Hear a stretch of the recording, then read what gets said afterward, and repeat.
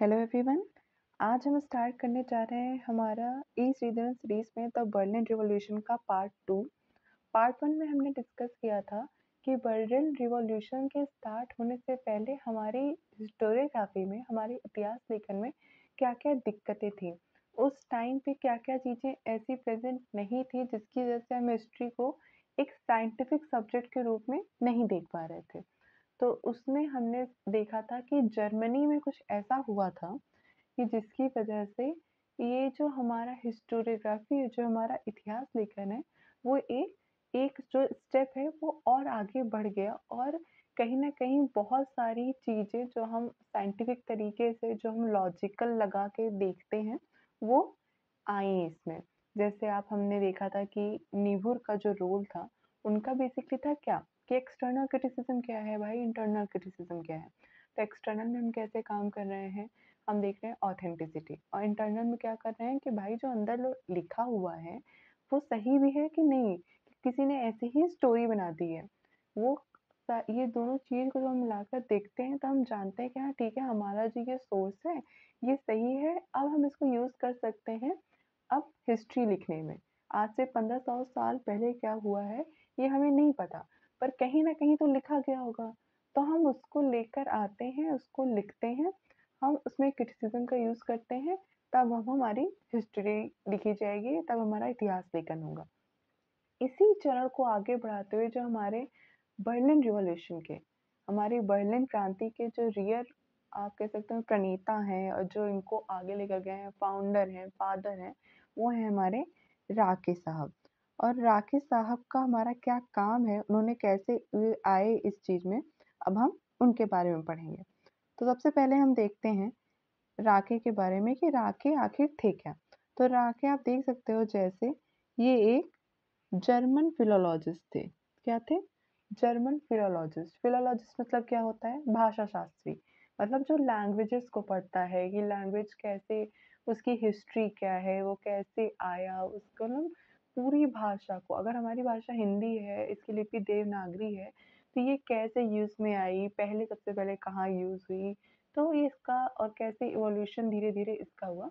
इस चीज़ को पढ़ने की स्टडी को जो करता है, उसको हम फिलोलॉजिस्ट कहते हैं। वो फ्रैंकफर्ट में पढ़ा रहे थे।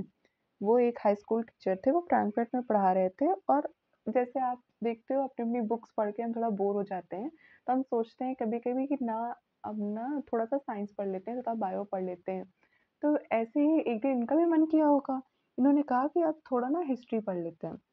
और जब ये हिस्ट्री पढ़ रहे थे, तो इन्होंने पाया कि जो तो बहुत बड़े राइटर हैं उनके हिसाब से उस टाइम पे, वहाँ पे जो तो बहुत बड़े राइटर थे, गिकार्डी एंड पावलो, उनके जो वर्क में है ना, उनकी बातें आपस में, आप कह सकते हो, मैच नहीं कर रही हैं, कंट्राडिक्ट कर रही हैं, अपोज हैं एक दूसरे के। उन्होंने कहा भाई कि जब सेम ही चीज़ के बारे में लिखा गया है, सेम ही चीज़ के बारे में हम पढ़ रहे हैं, तो दोनों की बातें इतनी अलग अलग कैसे हो सकती हैं।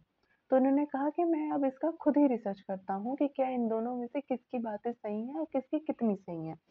और जब ये रिसर्च करने लगे और इन्होंने जब इस तरीके से नोट करने लगे, तो उसी टाइम पे इनकी जो पहली बुक इस तरीके से बनी, जिसको हम कहते हैं histories of the Latin and Teutonic peoples.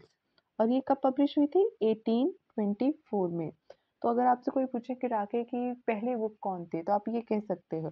तो ये जो भी हाइलाइटेड है, ये कहीं न कहीं कभी भी किसी भी असिस्टेंट प्रोफेसर में या यूजीसी नेट एग्ज़ाम में आपसे पूछा जा सकता है।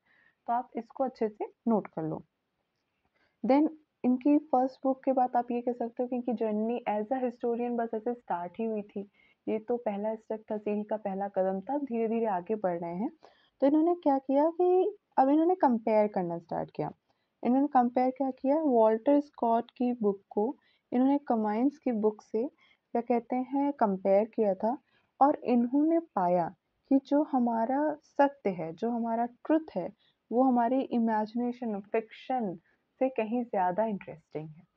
आप अपनी हिस्ट्री में पढ़िए, ऐसी-ऐसी आपको स्टोरीज़ मिलेंगी कि आपको शायद फिर नॉवल पढ़ने का मन ही नहीं करेगा। आप देख लो, हिस्ट्री में ड्रामा है, थ्रिलर है, रोमांस है, फिक्शन है, क्या नहीं है हिस्ट्री में। आपको जो पढ़ना है वो पढ़ो। चाहे आप मालिका अग्निमित्रम पढ़ लो, चाहे पृथ्वीराज चौहान की लव स्टोरी पढ़ लो, सब बहुत अच्छी है। और जो भी आपको इनके मिलिट्री टैक्टिक्स हैं, वॉर टैक्टिक्स हैं, उतना थ्रिलर तो आपको किसी सीरीज़ में भी नहीं मिलेगा। दूसरा इन्होंने कहा है कि मैंने जितने भी हमारे इन्वेंशन और इमेजिनेशन है, जैसे ईएचआर क्या कहते हैं कि हिस्टोरियंस ऐसे जाते हैं तालाब में, उनको जो-जो मछली पसंद आती है, वो मछली अपनी रख लेते हैं। मछली को लेके आ जाते हैं, मतलब उन्हें जो फैक्ट्स पसंद आते हैं, वो फैक्ट्स लिखते हैं। ऐसा हम नहीं करना है हिस्टोरियंस को कि हमारे अकॉर्डिंग होगा। हम जो कि फैक्ट्स है, जो जैसे फैक्ट्स हमें मिल रहा है, बिना बायस होके हुए बिना अपनी पसंद को पर्सपेक्टिव को लाए हुए हमें एज़ इट इज़ ऑब्जेक्टिविटी लानी है और वैसे ही वैसे हमें अपने क्या कहते हैं हिस्ट्री को लिखना है। दूसरा फिर जो हम आता है कि जो रांके के मेथड्स हैं, वो कैसे हैं? रांके के मेथड्स को हम देखते हैं तो इन्होंने क्या-क्या किया, कैसे इन्होंने ये साइंटिफिक इस हिस्ट्री जो हमारी हिस्टोरियल राइटिंग है, इसको कैसे एक नए आयाम पर लेकर गए। तो सबसे पहले तो हमारा नीबूर साहब ने क्रिटिसिज्म का मेथड दे दिया है, तो रांके ने उसको कंटिन्यू रखा क्रिटिकल मेथड ऑफ नीबूर को, पर इसके अलावा भी उन्होंने बहुत सारी चीज़ें और ऐड की। क्या-क्या थी वो? सबसे पहला था हमारा इनका इंसिस्टेंस ऑन प्राइमरी सोर्सेस, मतलब इन्होंने प्राइमरी सोर्स पे जो हमारा प्राथमिक आप कह सकते हो जो फैक्ट्स होता है, जो सोर्स होता है, उस पे बहुत ज़्यादा ध्यान दिया। इन्होंने कहा है कि हिस्ट्री जो है वो पूरी की पूरी प्राइमरी सोर्स के बेसिस पे लिखनी चाहिए, ना कि सेकेंड हैंड इंटरप्रिटेशंस पे। क्योंकि आप ये देखो जो प्राइमरी सोर्स होते हैं कहीं न कहीं जब हम सेकेंड हैंड पे लिखते हैं तो राइटर का पर्सपेक्टिव उसमें आ ही जाता है। और प्राइमरी सोर्स से लिखता है वो राइटर या वो किसी और सुनी हुई बातों पे मतलब करता है तो बहुत सारी चीज़ें मिस हो जाती हैं। कई बार आपको पूरी इन्फॉर्मेशन नहीं मिल पाती है। तो इसलिए आप प्राइमरी सोर्स पे ज़्यादा फ़ोकस करो, वो सही रहेगा। दूसरा इन्होंने कहा था कि इन्होंने जिनकी पहली बुक लिखी थी, जो हमने अभी पढ़ा था कि history of the peoples and the history of the titanic people, तो वो उसमें क्या था कि he listed the kind of sources used.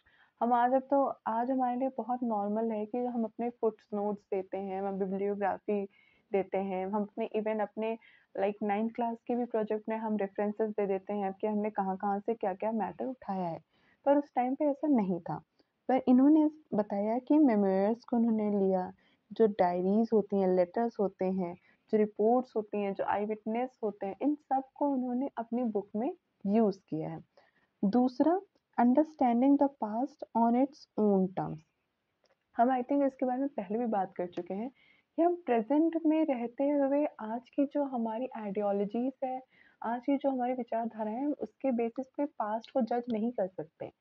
आज हम ये नहीं कह सकते कि ये सारी चीज़ें होनी ही होनी चाहिए। भाई तब की सोसाइटी अलग थी, तब का बिलीफ सिस्टम अलग था, तब की ज़रूरतें अलग थी।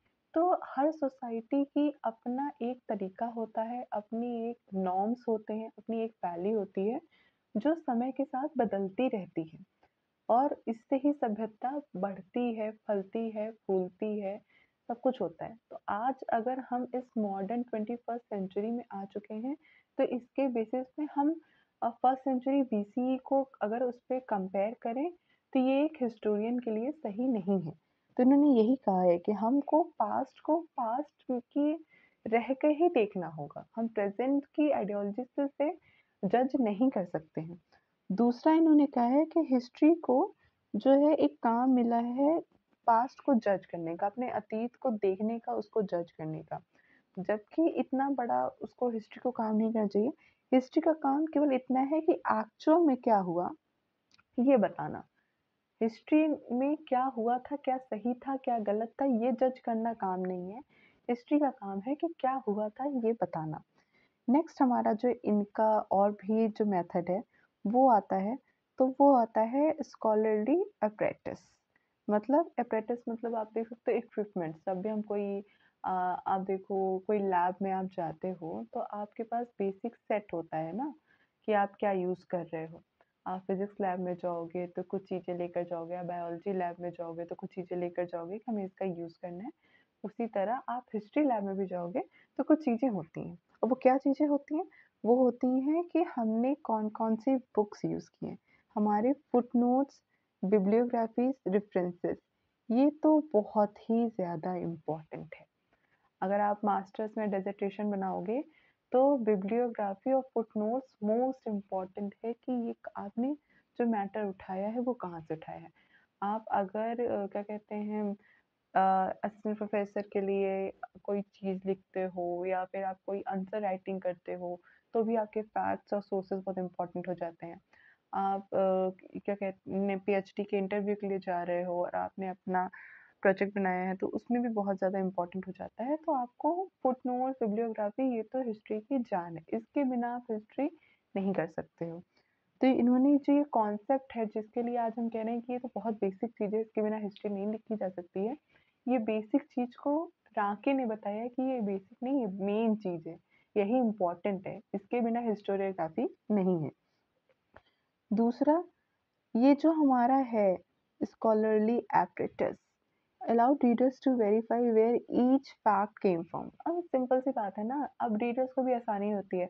हम कोई भी बुक पढ़ते हैं और हम देखते हैं कि अरे क्या कहते हैं ये हाइलाइटेड टर्म है। जैसे फॉर एग्जांपल हम कोई भी हिस्ट्री बुक पढ़ते हैं, कई कई बार वो संस्कृत में कुछ कोटेशन या कुछ इंस्क्रिप्शंस की चीज़ें लिखी होती हैं और नीचे वहाँ पे नंबरिंग की रहती है 1 2 3 ऐसे करके ना, पूरे एक पेज में 2-3 होती हैं। नीचे लिखा रहता है कौन सी वो जो नंबर 1 है वो कौन-सी बुक से लिया गया है, नंबर 2 कौन-सी बुक से लिखा गया है या फिर कोई कोटेशन होता है वो लिखा होता है। तो हमारा अगर मन करता है कि हमें ये अच्छा लगा है, हम डायरेक्टली जाके इसी बुक से पढ़ें, तो हम जाके वहाँ से पढ़ लेते हैं कि भाई कौन से पेज नंबर में कहाँ पे क्या है। तो इससे रीडर्स को क्या रहता है, एक तो ऑथेंटिक मिल जाता है, दूसरा बहुत सारी बुक हमें पता चल जाती है कि इसी एक टॉपिक से रिलेटेड कितनी बुक है और बहुत सारी चीज़ें होती हैं जो रीडर्स को काम आती हैं। रीडर्स मतलब हमें, हिस्टोरियंस को, जो हिस्ट्री से प्यार करते हैं या नॉर्मल लोग जिनको पढ़ने का मन है हिस्ट्री का, उन्हें। दूसरा, पब्लिकेशन ऑफ टाइमली सोर्सेज। देखो, राकेश जिस टाइम पे हैं, ठीक है, वहाँ पे पब्लिकेशन का बड़ा प्रॉब्लम है। प्रॉब्लम इन द सेंस कि आप देखोगे अभी भी बहुत सारी ऐसी, आप देख लो वर्ल्ड वॉर 2 की या वर्ल्ड वॉर 1 की बहुत सारी जो ऑफिशियल रिपोर्ट्स हैं वो शायद अभी भी पब्लिश नहीं की गई हैं, ठीक है? तो ऐसी बहुत सारी चीज़ें होती हैं जो आम जनता के लिए नहीं है, इवन हिस्टोरियंस के लिए भी नहीं है, वो बस बंद है। वो कहीं पब्लिश नहीं हुई है, कहीं चर्चा में नहीं आई है। तो ऐसी ही चीज़ों पे वहाँ पे पहले बहुत होता था, क्योंकि कोई भी कोर्ट और कोई भी डायनेस्टी अपनी चीज़ों को जो वो बताना चाहते हैं, जितना बताना चाहते हैं, वो उतना ही पब्लिश और पब्लिक के आगे आने देते थे। तो राके का ये कहना था कि हमें हिस्ट्री को अगर जानना है तो ऐसे ऑफिशियल रिकॉर्ड्स होने चाहिए हमारे पास। और उन्होंने ऐसे करके बहुत सारा जो प्राइमरी रिसोर्सेज था उन्होंने फिर पब्लिश करवाया। इनफैक्ट वो खुद भी अलग-अलग कंट्रीज़ गए, जैसे आप देखो यहाँ लिखा है ना, जर्मनी गए, ऑस्ट्रेलिया गए, स्पेन, पेरिस, लंदन, ऑक्सफोर्ड, तो उनको कलेक्ट करने के लिए अच्छे से आप देख सकते हो। अगर राके खुद जा रहे हैं, इतनी सारी कंट्रीज़ में अलग-अलग जगह जा रहे हैं, उनको पर्सनली कलेक्ट करने के लिए, तो वो कितना ज़्यादा इम्पोर्टेंट होगा और उसका इधर से उधर हो जाना कि कुछ भी तबाही ला सकता था। तो ऐसे ही प्राइमरी सोर्सेज़ को बहुत ही ध्यान से आपको पढ़ना होगा, ताकि क्योंकि वो पब्लिश होने में ही उसके पीछे एक अलग हिस्ट्री हो जाती है, ठीक है? थर्ड हमारा आता है organisation of history as a university discipline. तो आप देखो, हिस्ट्री हम पढ़ रहे थे, ठीक है? हिस्टोरियोग्राफी लेकिन एज़ अ कोई बहुत बड़ा सब्जेक्ट नहीं था किसी भी यूनिवर्सिटी में कि हम हिस्टोरियोग्राफी पढ़ेंगे। साइंस हाँ, बहुत बड़ा था, साइंस की तरक्की हो रही थी, scientific revolution, renaissance and all that. तो साइंस का बहुत बड़ा, सब साइंस की तरफ जा रहे थे। हिस्ट्री में आप सोशल साइंस कह सकते हो, तो हाँ पॉलिटिकल बहुत सारी चीज़ें ऐसे हुई थी। बट ऐसे हिस्ट्री को अलग से और हिस्ट्री में भी हिस्टोरियोग्राफी को पढ़ें, क्योंकि आप अभी भी देख लो, अगर जो हिस्ट्री का स्टूडेंट नहीं है, वो नहीं जानता होगा हिस्टोरियोग्राफी के बारे में इतना। वो बस हाँ नॉर्मल हिस्ट्री हमने जो स्कूल में पढ़ी है, ancient, medieval, modern, world war, हाँ ठीक है, इतना नॉर्मल पता है। हिस्टोरियोग्राफी तो ई.एच. कार्र की बुक पढ़ने में ही, वो इतनी पतली सी किताब हम लोग को पता नहीं कितनी बार पढ़नी पड़ती है। तो हिस्टोरियोग्राफी को जानना इतना आसान नहीं है। हिस्टोरियोग्राफी एज़ अ सब्जेक्ट पढ़ना उतना लाइक प्रॉब्लमैटिक है। तो एक यूनिवर्सिटी में पढ़ाना, उसको एक अलग डिसिप्लिन बनाना हिस्ट्री को, ये जो हमारे थे राके साहब ने किया था। इन्होंने एक सेमिनार करवाया यूनिवर्सिटी ऑफ बर्लिन में, जहाँ पे स्टूडेंट को बताया गया कि हमारे जो ओरिजिनल सोर्सेस होते हैं, उनको कैसे पढ़ा जाए, उनका एनालिसिस कैसे किया जाए और सिर्फ पढ़ना ही इम्पोर्टेंट नहीं है, उनका यूज़ कैसे किया जाए क्रिटिकली। प्राइमरी सोर्स है इसका मतलब ये नहीं है कि वो ऑथेंटिक है और वो एकदम एक्यूरेट है, ठीक है? दोनों ही चीज़ आपस में, क्योंकि अगर कोई बुक किसी राजा के दरबार में लिखी गई है, तो वो उसकी तारीफ़ ही करेगी और अगर उसी समय की जो आप देख सकते हो कंटेम्परेरी समकालीन कोई दूसरा राजा है और दोनों राजा की राजा ए और राजा बी की आपस में नहीं बन रही है, तो वहाँ के जो दरबारी इतिहासकार होंगे और यहाँ के जो दरबारी इतिहासकार होंगे, उनके राइटिंग में आप देख सकते हो कुछ ना कुछ डिफरेंसेस आ जाएगा। इनफैक्ट कई सारे इंस्क्रिप्शंस में हमारे यहाँ अभी हमको कंफर्म नहीं है कि कौन एक्चुअल में बैटल जीता था, क्योंकि दोनों के ही कीर्ति और विजय स्तंभ हैं, दोनों ही कह रहे हैं कि हमने जीता। किसने जीता पता नहीं, क्योंकि सोर्सेस का अभाव है। तो इस तरह की जो कई बार हिस्ट्री के हमारे हिस्टोरियंस के सामने चैलेंजेस आ जाते हैं।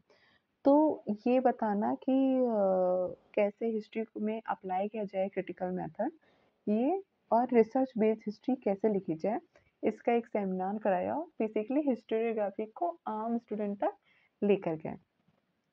फिर हमारे आ जाते हैं जो लास्ट हमारा पार्ट हो जाता है कि भाई ये करते जब उनके स्टूडेंट्स भी देखे कि हाँ ये ठीक है, वो अलग-अलग जगह गए, यूरोप एंड अमेरिका और भी बहुत सारी जगह।